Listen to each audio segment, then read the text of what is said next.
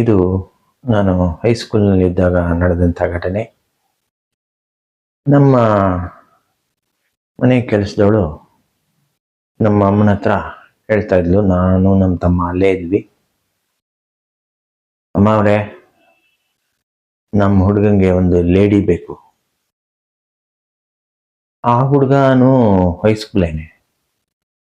ನಮಗೆ ಆಶ್ಚರ್ಯ ಆಯಿತು, ಏನಿದು ಹೀಗೆ ಕೇಳ್ತಾ ಇದ್ದಾಳೆ, ಹೈಸ್ಕೂಲ್ ಹುಡುಗಂಗೆ ಲೇಡಿ ಬೇಕು ಅಂದ್ರೆ ಏನರ್ಥ? ನಮ್ಮ ಅಮ್ಮ ಹೇಳಿದ್ರು, ಏನು ಹೀಗೆ ಮಾತಾಡ್ತಾ ಇದೆಯಾ ನೀನು? ಅವ್ನು ಕೇಳ್ದ ಅಂತ ನೀನು ಕುಡಿಸ್ಬಿಡೋದ? ಏನು ಮಾಡ್ತಾ ಇದೀಯ ನೀನು?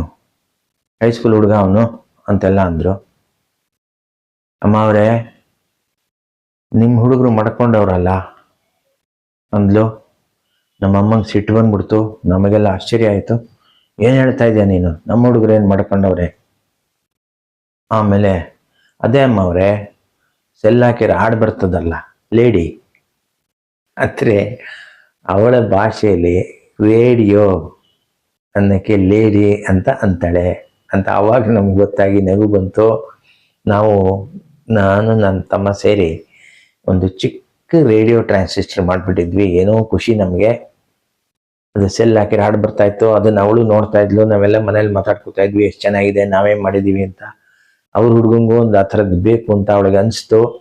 ಅದನ್ನು ಕೇಳಿದ ರೀತಿ ನಮ್ಮ ಹುಡುಗಂಗೂ ಒಂದು ಲೇಡಿ ಬೇಕಂತೆ ಅಂತ ಕೇಳಿಬಿಟ್ಲು.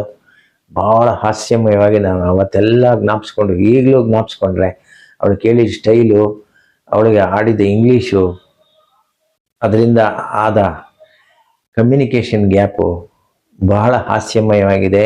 ಇದೊಂದು ಚಿಕ್ಕ ಹಾಸ್ಯ. ಕೇಳಿದ್ದಕ್ಕೆ ಧನ್ಯವಾದಗಳು.